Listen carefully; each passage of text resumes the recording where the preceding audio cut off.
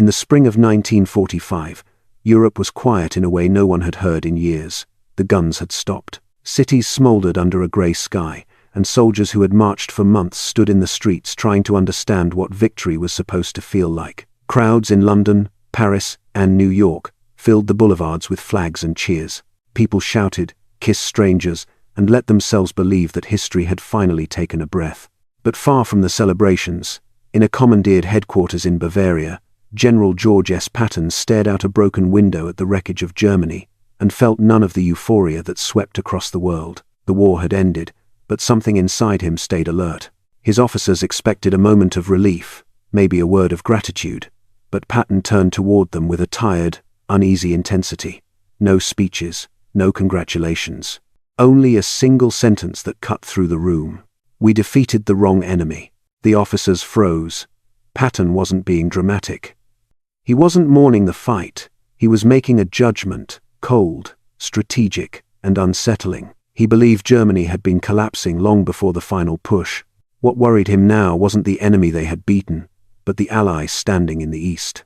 Patton had spent his entire career understanding war through movement, momentum, and will. He didn't trust calm skies or treaties. He trusted what armies did when the world stopped paying attention.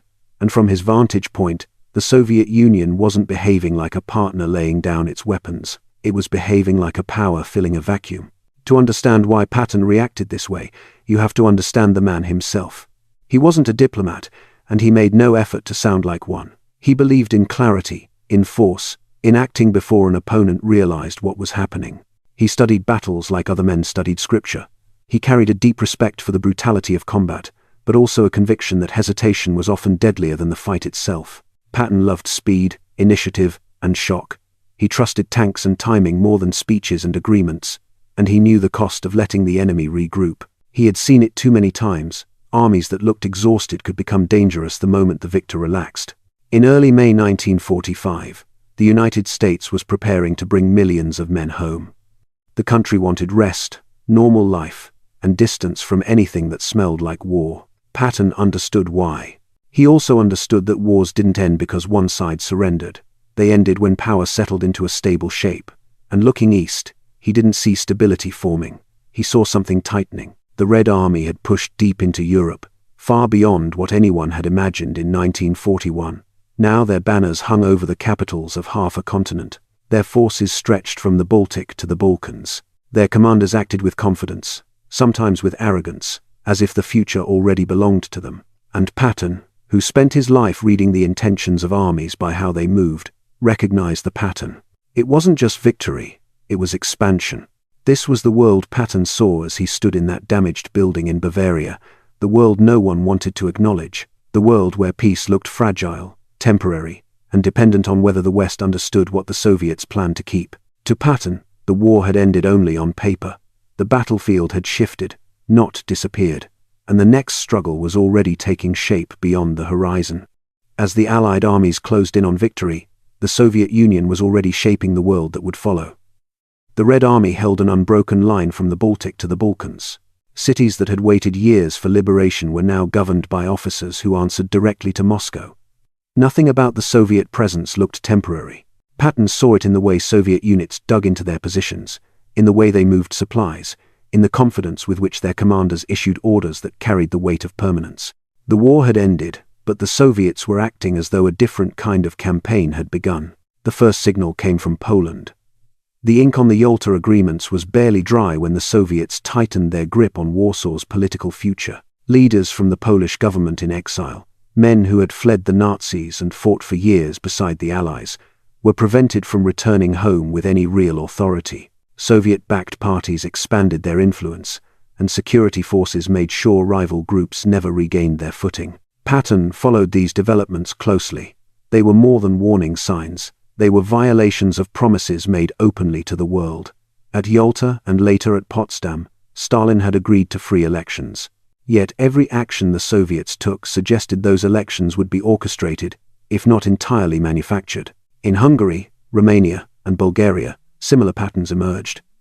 The NKVD, Soviet security forces, worked alongside sympathetic local parties to restructure governments from the inside. Journalists vanished. Dissent, quieted. Committees appeared that had not existed before, each one answering to someone higher and farther east. Patton wasn't surprised.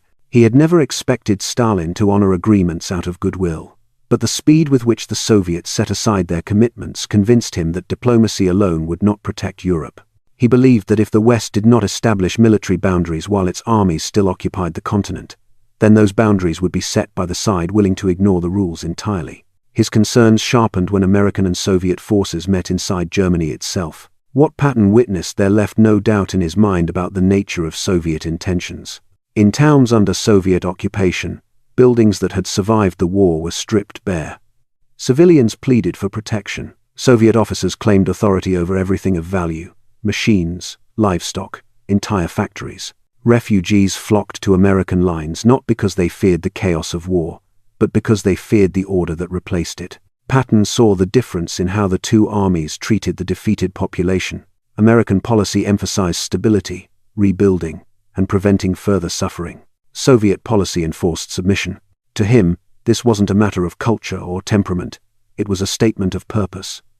The Soviets behaved like conquerors who intended to stay. They treated Eastern Germany not as occupied territory but as territory already absorbed. And if this was how they acted before the Allies withdrew, Patton had little doubt about what would follow once the Americans went home. He believed the West held a fleeting advantage. American divisions were still in Europe, fully armed, coordinated, and unbeaten. The Soviet army, though vast, was exhausted and overstretched. If the US and Britain wanted to define limits, real limits, they had the leverage to do so only while their armies remained on the ground. Once those forces disbanded, once ships began carrying soldiers back across the Atlantic, the ability to influence Soviet behavior would shrink to almost nothing. Patton's warning came from this grim calculus. The Soviets were expanding not through negotiation, but through action. And the only way to prevent further expansion was to act while the West still possessed the means to do so. He didn't call for a new war. He called for recognizing the one that might already be taking shape. Inside the American command structure, Patton's warnings landed quietly at first. His superiors respected his battlefield instincts, but they also knew the political climate at home. Eisenhower was focused on stabilizing Germany, not provoking another confrontation. General Marshall was preparing for the transition to peacetime. President Truman faced pressure to bring soldiers home and rebuild the economy. Patton's concerns weren't dismissed, they were simply out of step with the national mood.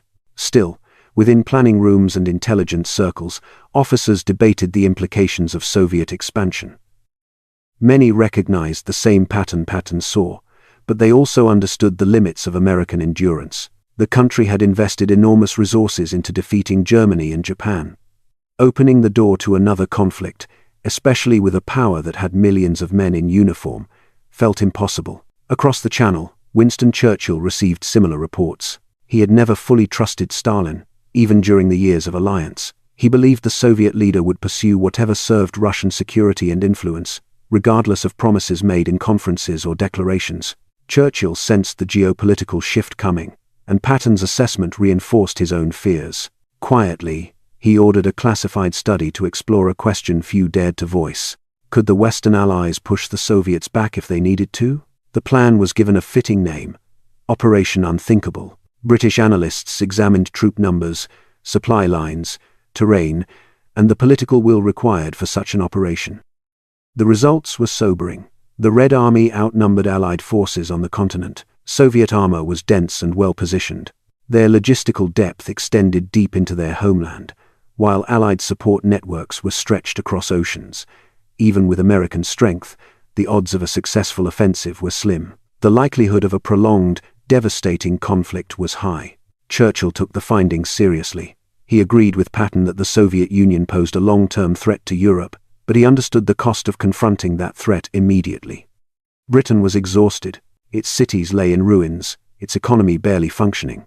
The United States had the power, but not the appetite, for another war. If the Soviets decided to tighten their grip on Eastern Europe, the West had little leverage to stop them. While the Allies weighed options, Moscow watched. Stalin knew how to read people, and he had been studying Patton for years.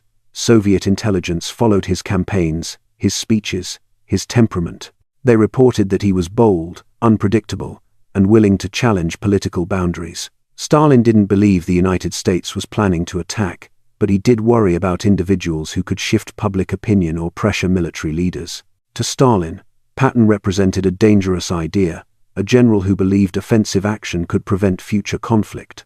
That mindset made him worth monitoring. In the summer of 1945, the Soviet Union was both triumphant and vulnerable. The Red Army occupied vast territories, but it was stretched across hundreds of miles. Millions of soldiers were still mobilized. Supply lines were long. The cost of war had bled the country dry. Stalin knew that if the West struck during that period, the consequences could be disastrous. So, he tightened control. Soviet officers replaced local governments. Intelligence forces moved quickly to suppress opposition. Elections were guided toward predictable outcomes. Resistance movements were dismantled. The new order in Eastern Europe was built with speed and force, not diplomacy. Stalin didn't act this way because he feared an imminent attack. He acted because he didn't trust uncertainty, and in his view, Patton embodied that uncertainty. Even without power to launch a war, Patton's reputation was enough to raise alarms in Moscow. If someone like him ever persuaded Washington to take a harder stance, the Soviet foothold in Europe might weaken. Stalin intended to remove that possibility before it ever became real. In the months that followed, Eastern Europe shifted from liberated territory to Soviet sphere. Western leaders watched uneasily, unsure how far the Red Army intended to push or whether they had any tools left to influence the outcome. And through all of it, Patton's warning lingered, spoken quietly, often criticized, but increasingly hard to ignore. As 1945 unfolded, the Allied world stood at a crossroads it never fully recognized. Patton believed the moment required boldness, a willingness to draw a clear line before the map of Europe hardened into something permanent. But the idea of another campaign, against a former ally, no less, was more than governments or citizens were prepared to consider. If the West had acted on Patton's warnings, the outcome is difficult to imagine with confidence. An attempt to push Soviet forces back in 1945 would have meant confronting an army that, despite its exhaustion, held overwhelming numbers and controlled vast territory. The campaign might have collapsed under its own ambition, dragging both sides into a conflict broader and bloodier than the one the world had just survived. The United States possessed the industrial strength to sustain such a war, but public support was fading by the day. Britain was in no condition to join another fight. The rest of Europe had nothing left to give. Yet Patton's warning was not about launching an attack. It was about understanding the consequences of inaction. He believed that once the West stepped away from the continent, once the tanks were shipped home and the armies demobilized, the ability to influence the shape of Europe would disappear. And in many ways, that is exactly what happened. Over the next few years, political shifts in the East became irreversible. Communist governments rose across the region, backed directly or indirectly by Soviet force. Any alternative path closed quickly. The early Cold War took shape not through open combat, but through pressure, fear, and the strategic weight of territory held without challenge. Patton didn't live to see it. He died in December 1945, his final months marked by frustration, not triumph. He sensed a different kind of conflict on the horizon, one fought without the dramatic movement of tanks across Europe, but with influence, ideology, and a steady tightening of control. History often treats Patton as a man out of step with his time, someone too aggressive, too direct, too unwilling to adjust to the political world around him. But there is another perspective. He saw patterns long before others acknowledged them. He recognized that victory in war did not guarantee peace. He understood that the distribution of power in 1945 was unstable, and that instability rarely dissolves on its own. Whether he was right in his prescriptions is another matter. A Western attempt to confront the Soviet Union might have brought unimaginable destruction. But the concerns he raised, the expansion of Soviet influence, the loss of Eastern Europe, the emergence of a divided continent, became defining features of the next 4 decades. The world that emerged after World War II was shaped not only by what leaders chose to do, but by what they refused to risk. Patton believed hesitation carried its own danger, a danger harder to see until it was too late. His voice didn't change policy, but it captured a moment when the future was uncertain and the lines of a new struggle were just beginning to form. In the end, the question he posed still lingers. Was the peace of 1945 a true ending, or simply an intermission before a different kind of conflict? The decades that followed offered one answer. Patton had sensed another.